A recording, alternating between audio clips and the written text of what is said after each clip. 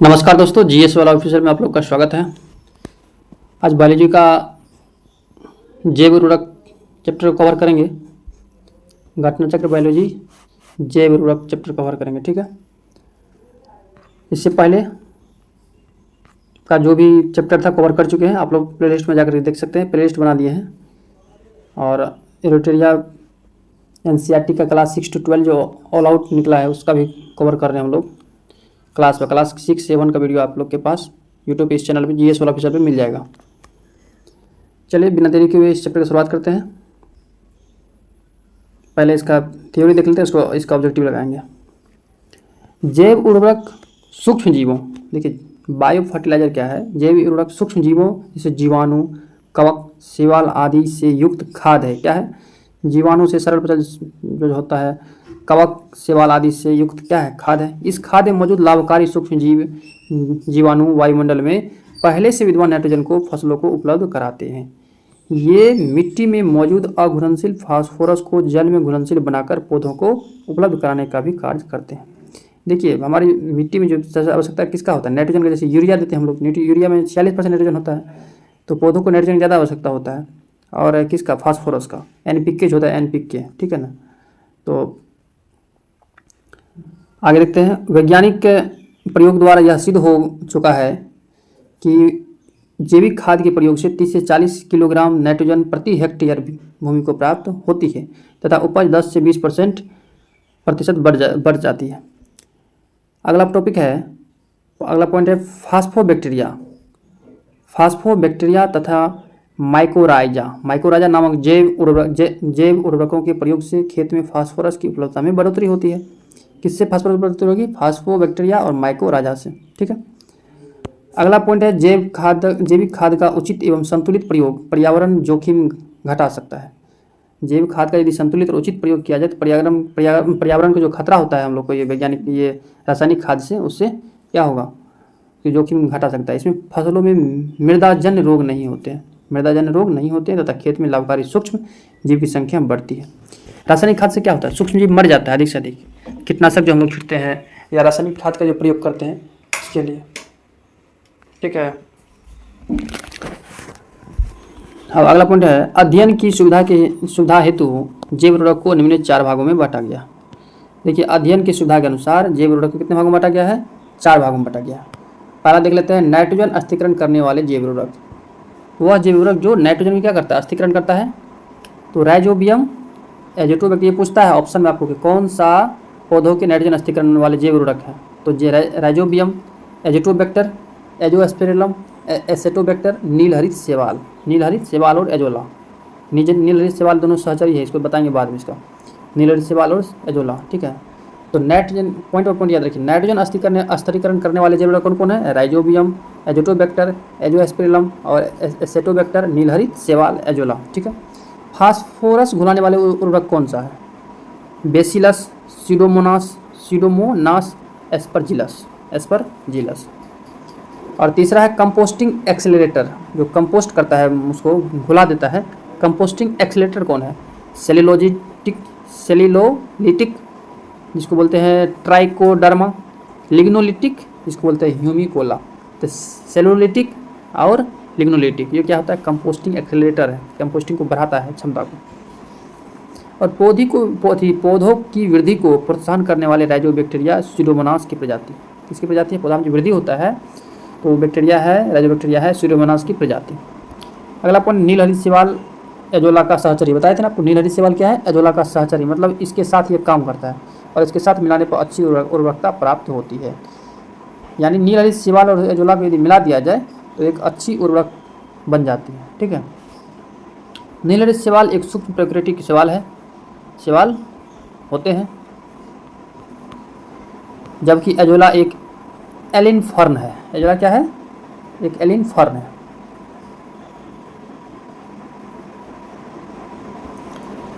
देखिए जिसकी पत्तियां की पृष्ठीय सतह पर पाए जाने वाली गुहिकाओं में रहने वाले साइनोबैक्टीरिया एनाबिना एजोला की मदद से यह नाइट्रोजन अस्थिकरण कर उपज क्षमता की वृद्धि में सहायक होते हैं, ठीक है। अगला है दलहनी फसलों यथा जैसे चना, मटर, सेम एवं अरहर आदि मूल ग्रंथियों में विभिन्न प्रकार के जीवाणु पाए जाते हैं। देखिए जो चना होता है, मटर होता है, सेम होता है, अरहर, ये सब के जो जड़ में होता है नाइट्रोजन स्थिरीकरण करने में ये मैक्सिमम सहायक होता है, क्योंकि धान की खेती में प्राय नाइट्रोजन की कमी होती है, जिसकी पूर्ति हेतु मुख्यतः यूरिया, नीलहरित शैवाल, एजोला आदि का प्रयोग किया जाता है। धान की खेत से मुक्त क्या कौन से होता है? मीथेन गैस मुक्त होता है, लेकिन उसकी जड़ में कौन सी कमी होता है? नाइट्रोजन की कमी होता है। इसलिए देखते हैं कि आपके धान की खेत में यूरिया ज़्यादा लगता है, तो यूरिया को पूरा करने के लिए इसमें यूरिया, नाइट्रोजन जो स्थिरीकरण होता है, नीलहरित शैवाल, एजोला, ये सब मिला कर दिया जाता है। विभिन्न फसलों में अलग अलग तरह के बैक्टीरिया पाए जाते हैं जो कि नत्रजन या नाइट्रोजन स्थिरीकरण के लिए उत्तरदायी होता है। अब देखिए सोयाबीन राइजोबियम जेपोनिकम, इसका जो है स्थिरीकरण करने वाले जो है नाइट्रोजन स्थिरीकरण के लिए उत्तरदायी क्या है? सोयाबीन में के जड़ में राइजोबियम जेपोनिकम रहते हैं। तीन पत्तिया घास में राइजोबियम ट्राइफोली, लुरसन में राइजोबियम मेलिलोती और जलीय फर्न में एनाबिना एजोला रहता है। ठीक है। और गुनेरा मैक्रोफाइला में क्या रहता है? नोस्टॉक मास्कोरम।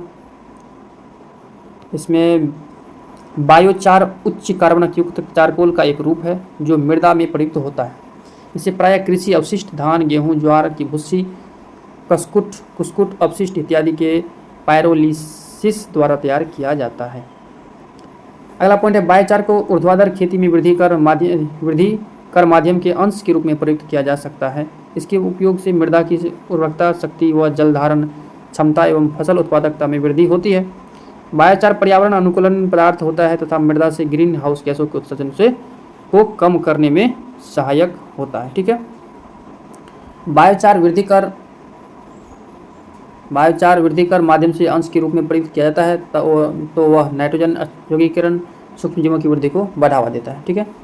दुधारू पशुओं पर किए गए प्रयोग में ज्ञात हुआ है कि इन पशुओं को उनके दैनिक आहार के 1.5 से 2 kg एजोला प्रतिदिन दिया जाए, यानी एजोला दिया जाए तो दूध उत्पादन में 15 से 20% की वृद्धि दर्ज की जाती है। लेकिन इसको एजोला यदि खिलाया जाए दुधारू पशुओं को 1 से 1.5 से 2 kg, तो 15 से 20% दूध वृद्धि करते हैं। ठीक है।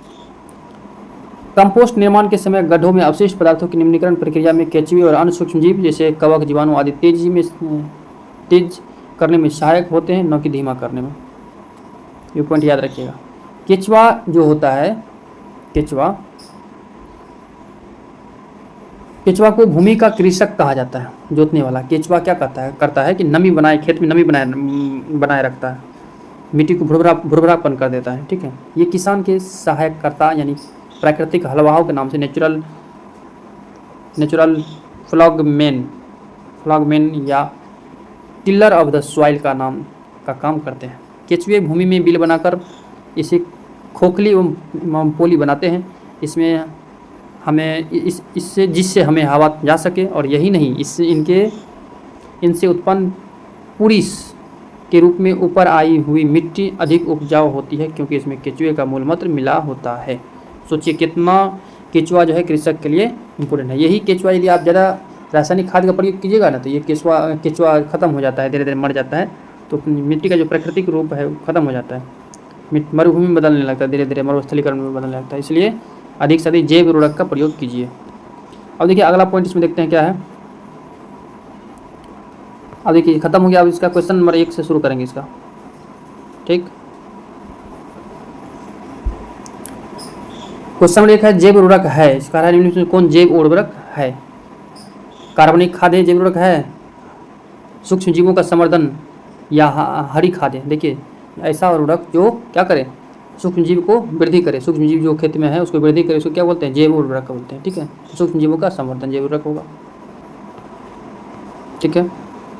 ये तो पढ़े हुए हैं। निम्नलिखित में से किन का उपयोग जैव उर्वरक के रूप में किया जाता है? एजोला का, नीलहरित शैवाल का, अल्फा का नहीं, अल्फा नहीं होगा, एजोला और नीलहरित शैवाल। एजोला और नीलहरित शैवाल का प्रयोग करते हैं हम किसका? जैव उर्वरक के रूप में। ठीक है। ये सब तो टॉपिक पढ़ चुके हैं। नाइट्रोजन स्थिरीकरण करने वाले राइजोबियम, फास्फोरस घुलाने वाले और कंपोजिट एक्सीलेटर और पौधों में वृद्धि करने वाले स्यूडोमोनास की प्रजाति, ये चारों डिस्कशन कर चुके हैं।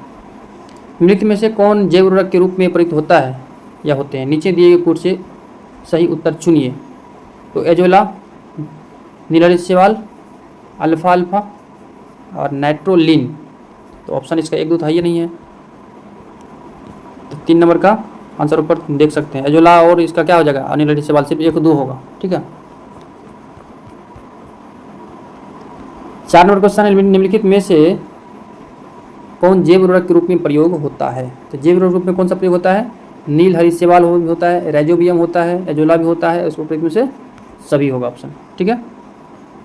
थोड़ा सा खाली वो 4 टॉपिक आप याद रख लीजिए, 4 को, उसी से सब पूरा क्वेश्चन बन जाएगा, कौन उपयोग होता है कि नहीं होता है। निम्नलिखित में से कौन सा नाइट्रोजन अस्थिकरण करने वाले जीव नहीं है। नाइट्रोजन अस्थिकरण वाले कौन कौन थे, एनाबिना थे, नॉन स्टॉक, एनाबिना, एजोबैक्टर ये थे। अब माइकोराजा नाइट्रोजन अस्थिकरण करने वाले ये नहीं है।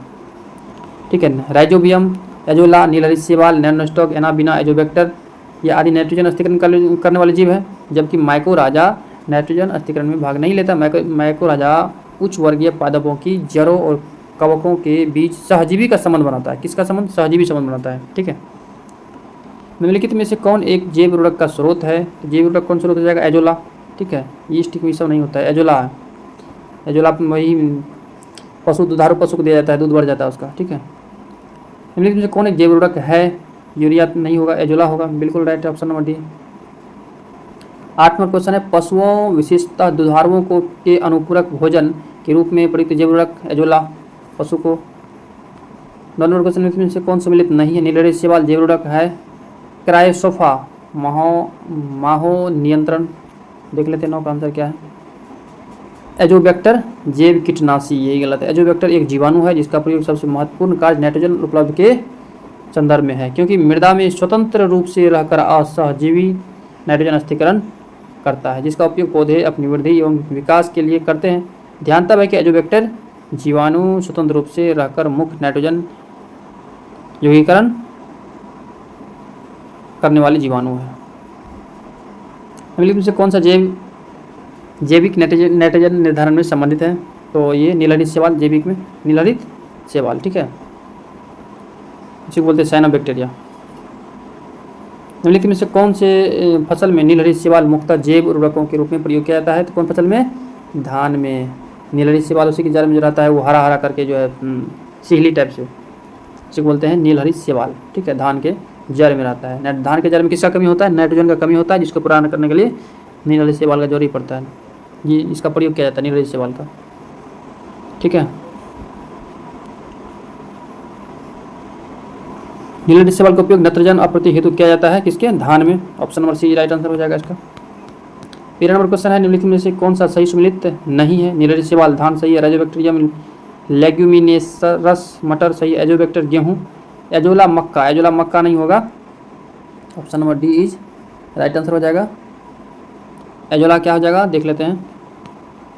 एजोला एनाबिना, नॉनस्टॉक, नील हरित शैवाल आदि धान की फसल में नत्रजन अस्थिकरण यानी नाइट्रोजन अस्थिकरण को बढ़ावा देते हैं, जैव उर्वरक की तरह कार्य करते हैं। राइजोबैक्टीरियम लेग्यूमिनेसेरम मटर की फसलों में, जबकि एजोबैक्टर गेहूं की फसल में नाइट्रोजन अस्थिकरण कारक है। देखिए एजोबैक्टर किसकी फसल में, गेहूं की फसल में है। धान में कौन हो जाएगा, एजोला एनाबिना, नॉनस्टॉक, नील हरित शैवाल। ठीक है। सामान्यतः एजोला मक्का की फसल में नाइट्रोजन अस्थिकरण कारक के रूप में प्रयुक्त नहीं होता है। Option number D is right answer. ठीक है। निम्नलिखित के साथ मिलाने पर एजोला एक अच्छा उर्वरक का काम करता है। क्या, एजोला और नील हरित शैवाल सहचरी है। एजोला और एजोला नील हरित शैवाल ये सहचरी काम करता है। ठीक है। नील हरित शैवाल एजोला का सहचरी है और इसके साथ मिलाने से अच्छी उर्वरकता प्राप्त होती है। ठीक है। अच्छा एक उर्वरक खाद बन जाता है, नील हरित शैवाल एजोला मिला दीजिएगा तो। 15 नंबर क्वेश्चन, निम्नलिखित में से कौन से सूक्ष्मजीव जैव उर्वरक के रूप में प्रयोग किया जाता है, तो साइनोबैक्टीरिया जिसको बोलते हैं नील हरित शैवाल। बताया था आपको कि साइनोबैक्टीरिया को ही नील हरित शैवाल कहा जाता है। 16 नंबर क्वेश्चन है, एजोला बहुधा जैव उर्वरक के रूप में प्रयोग किया जाता है क्योंकि इसका सहचरी कौन है, तो वही एजोला के साथ किसका, नील हरित शैवाल का। Option number A right answer. 17 number question है कि एजोला एक है जलीय फर्न है। एजोला क्या है, एक जलीय फर्न है। Option number A right answer. 18 number question है, जलीय फर्न जिसमें जैव उर्वरक के रूप में प्रयोग किया जाता है, क्या है, एजोला। एक क्वेश्चन को बार बार पूछा गया है। जलीय पौधा प्रायः जल प्लावित धान के खेत में जैव उर्वरक के रूप में प्रयोग में लिया जाता है, वह क्या है, एजोला। क्या है, एजोला। निम्नलिखित में से कौन सा फास्फोरिक जैव उर्वरक, देखिए फास्फोरिक जैव उर्वरक कौन कौन से थे, याद करिएगा, याद रखिएगा। ये कौन है, वेस्कुलर, आर्बुस्कुलर, माइकोराजा। माइकोराजा है, मेनली माइकोराजा याद रखना है। राइजोबियम, नीलोशिवाल, एजोला ये सब नाइट्रोजन अस्थिकरण करते हैं धान के खेत में, लेकिन ये जो माइकोराजा है ये फास्फोरस अस्थिकरण करते हैं। 21 नंबर क्वेश्चन है, खेती में बायोचार का क्या उपयोग है? बायोचार ऊर्ध्वाधर खेती में वृद्धिकर माध्यम के अंश के रूप में प्रयुक्त किया जाता है। 1 नंबर है। अगला 2 नंबर दिया गया है कि जब बायोचार वृद्धिकर माध्यम के अंश के रूप में प्रयुक्त किया जाता है तब नाइट्रोजन यौगिक सूक्ष्म जीवों की वृद्धि में बढ़ावा देता है। जब बायोचार वृद्धिकर माध्यम के अंश के रूप में प्रयुक्त किया जाता है तब वह उस वृद्धिकर माध्यम की उपलब्धता जल धारण क्षमता को अधिक लंबे समय तक बनाए रखने में सहायक होता है। तो इसका ऑप्शन नंबर 1, 2, 3 तीनों सही हो जाएगा। ठीक है, तीनों सही हो जाएगा। 22 नंबर क्वेश्चन है, निम्नलिखित में से कौन सा कथन कंपोस्ट के संदर्भ में सही नहीं है? इसमें जैव निम्नीकरण कचरे का अपघटन गड्ढे में होता है, सही लग रहा है हमको। इसमें कार्बनिक पदार्थों और पोषक तत्व अधिक मात्रा में होते हैं। गड्ढों में अपशिष्ट पदार्थों की निम्नीकरण प्रक्रिया केंचुए धीमा कर देते हैं। निम्नीकृत होने वाले पदार्थों में कृषि अवशिष्ट पदार्थ जैसे पशुओं का मल मूत्र, गोबर, सब्जियों के अपशिष्ट आदि होते हैं। तो ये तो डी नंबर सही है, लेकिन सी नंबर ऑप्शन गलत है। गड्ढे में अवशिष्ट पदार्थों की निम्नीकरण प्रक्रिया को केंचुआ धीमा नहीं करे। केंचुआ तो क्या करता है, बढ़ाता है ना अवशिष्टों को। ये धीमा लिखा हुआ, ये गलत है। Option number C is right answer. Compost निर्माण के समय गड्ढों में अवशिष्ट पदार्थों की निम्नीकरण प्रक्रिया को केंचुए या अन्य सूक्ष्म जीव जैसे कवक, जीवाणु आदि तेज करने में सहायक होती है, न कि धीमा करने में। 23 नंबर क्वेश्चन है, फसलों उत्पादन में नाइट्रोजन उपयोग क्षमता की वृद्धि की जाती है तो उर्वरक की मात्रा को बार बार प्रयोग करके, नाइट्रोजन अवरोधक के उपयोग द्वारा, नाइट्रोजन धीरे छोड़ने वाले उर्वरकों के प्रयोग द्वारा। ठीक है, तो 1, 2, 3 तीनों सही है, सभी सही है।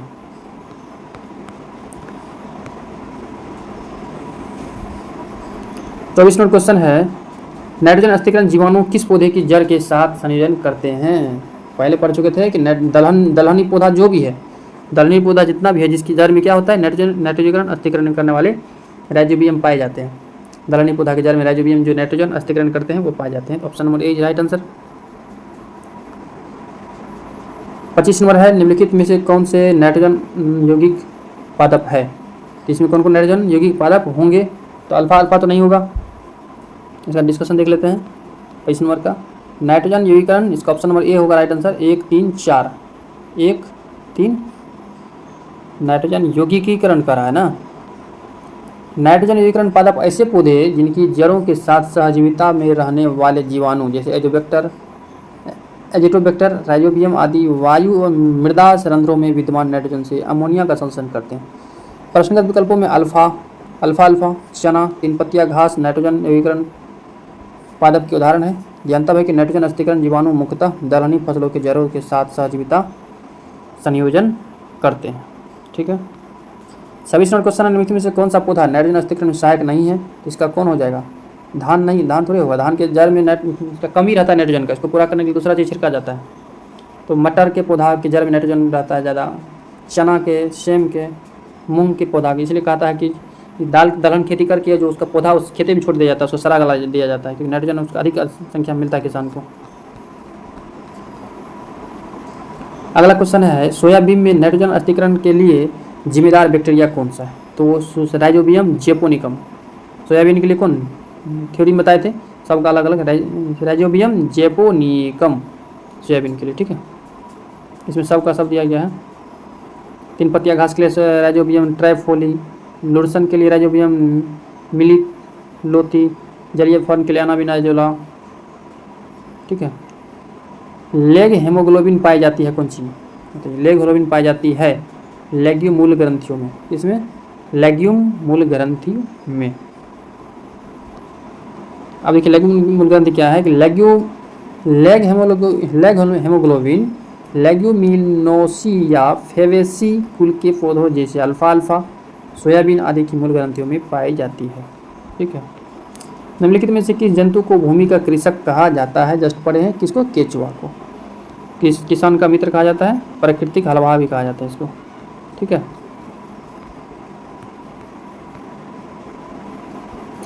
यहाँ जैविक उर्वरक जो है चैप्टर खत्म होता है और इससे कल पढ़ेंगे हम लोग कवर करेंगे मानव शारीरिक एवं क्रिया विज्ञान, जिसका टॉपिक नंबर 1 होगा कंकाल एवं मांसपेशीय तंत्र। ठीक है, तो वीडियो अच्छा लगे तो आप लोग सब्सक्राइब कर लीजिए चैनल को और लाइक कर दीजिए, अधिक से अधिक शेयर कीजिए। थैंक्स फॉर वॉचिंग, धन्यवाद।